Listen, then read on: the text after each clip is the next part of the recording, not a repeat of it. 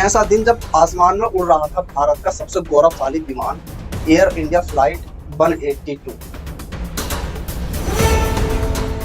यह कोई हादसा नहीं, ये एक सोची समझी साजिश थी भारत के खिलाफ, इंसानियत के खिलाफ। लेकिन बड़ी बात तो यह है कि इस साजिश का पता पहले ही कनाडा सरकार को मिल चुका था, बट इसके बावजूद भी कनाडा सरकार ने लापरवाही बरती। Attack on Air India Flight 182 from a bomb planted by Canadian aviation incidents involving terrorism. According to reports, Sikh militants were held responsible for the bombing, which was believed to be an act of retaliation for Operation Blue Star. 329 मुसाफिरों को लेकर यह भारत के लिए रवाना हो रहा था। इन लोगों ने सोचा था कि कुछ ही घंटों में वो अपने परिवार वालों से खुशी खुशी मिलेंगे।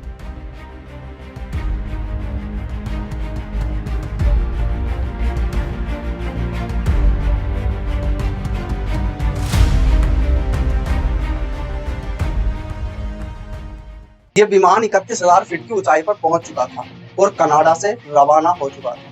यूरोप के बादलों में तैर रहा था, लेकिन तभी नमस्कार दोस्तों, 23 जून 1985 सुबह का वक्त था। टोरंटो से भारत के लिए एक विमान उड़ान भरता है जिसमें 329 यात्री सवार होते थे। विमान का नाम था एयर इंडिया फ्लाइट 182। किसी को क्या पता था कि कुछ ही घंटों में यह विमान आसमान में ही फट जाएगा और अब तक का इतिहास का सबसे बड़ा हवाई आतंकवादी हमला बन जाएगा। लेकिन यह हादसा नहीं, ये एक सोची समझी साजिश थी भारत के खिलाफ, इंसानियत के खिलाफ। उससे बड़ी बात यह कि कनाडा सरकार को इस सब के बारे में पहले ही जानकारी मिल चुकी थी, लेकिन कनाडा सरकार ने इसे लेकर के बहुत ज्यादा लापरवाही बरती। तो दोस्तों आइए जानते हैं क्या थी एयर इंडिया फ्लाइट 182 की सच्चाई। एयर इंडिया फ्लाइट 182 एक इंटरनेशनल फ्लाइट थी जिसका सफर था टोरंटो से मुंबई जाना, जिसको बीच बीच में लंदन व दिल्ली होते हुए रुकते हुए जाना था। ये फ्लाइट बोइंग कंपनी का 747 था जिसका नाम था सम्राट कनिष्क। फ्लाइट में 329 मुसाफिर सवार थे जिसमें 86 बच्चे थे। ज्यादातर यात्री कनाडा में रहने वाले भारतीय मूल के थे जो भारत में अपने परिवार से मिलने के लिए जा रहे थे। ठीक उसी वक्त एक खतरनाक घटना अंजाम तक पहुंच रही थी। 1984 के ऑपरेशन ब्लू स्टार के बाद कई खालिस्तानी उग्रवादी भारत सरकार के खिलाफ थे। उन्हीं में से एक था तलविंदर सिंह परमार, जो कनाडा में रहकर भारत के खिलाफ साजिश रच रहा था। उसका संगठन बब्बर खालसा था जो भारत से बदला लेना चाहता था। उन्होंने एक योजना बनाई कि एक बॉम्ब को चेकिंग बैग में रखकर विमान में रखा जाएगा। इस बॉम्ब को बनाने वाला इंद्रजीत नाम का एक आतंकी था। 22 जून को एक व्यक्ति ने वैंकूवर एयरपोर्ट पर एक एयर इंडिया की फ्लाइट में एक बैग को चेकिंग कराया।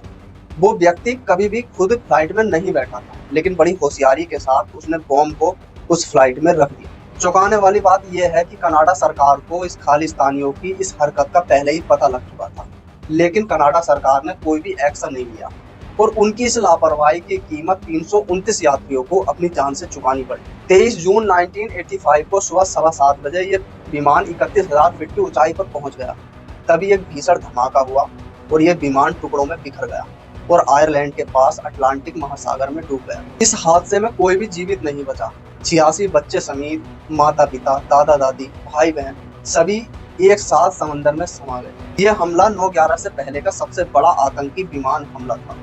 कभी किसी ने सोचा भी नहीं होगा कि बिना यात्री के कोई बॉम्ब विमान में एंटर हो जाएगा और इतने सारे लोगों की जान ले। इस घटना ने सिर्फ भारत ही नहीं बल्कि कनाडा और ब्रिटेन की सरकार को भी हिला करके रख दिया। शुरुआती जांच में सामने आया कि कनाडा की सुरक्षा एजेंसियों को खालिस्तानी नेटवर्क के बारे में पहले से ही जानकारी मिल चुकी थी, लेकिन इंटरनल कंफ्यूजन और अनुभव की कमी के कारण उन्होंने कोई ठोस कदम नहीं उठाया। बाद में तलविंदर परमार को 1992 में भारत में एक एनकाउंटर में मार दिया गया और इंद्रजीत सिंह को 2003 में दोषी करार दिया गया, लेकिन वो सिर्फ इसलिए कि उसने बम की सप्लाई की। लोग एयरपोर्ट पर अपने रिलेटिव्स को लेने के लिए गए तो उन्हें सिर्फ एक लिस्ट दी गई जिसमें लिखा गया था कि 329 यात्रियों में से कोई भी नहीं बचा। इतना कहते ही लोगों की सारी उम्मीदें, सारे सपने तुरंत मिट्टी में मिल गए। कई परिवारों ने तो 20 से 25 साल तक इंसाफ का इंतजार किया। बाद में 2010 में कनाडा के प्रधानमंत्री ने सार्वजनिक रूप से माफी मांगी। क्या सिर्फ इतना ही काफी था? आज कनाडा, भारत और ब्रिटेन में एयर इंडिया 182 के स्मारक बने हैं। हर साल 23 जून को उन 329 यात्रियों की याद में मौन स्मृति की जाती है और प्रार्थना की जाती है। दोस्तों अगर वीडियो आपको पसंद आया हो तो हमारे चैनल को सब्सक्राइब करें और वीडियो को लाइक करें। धन्यवाद।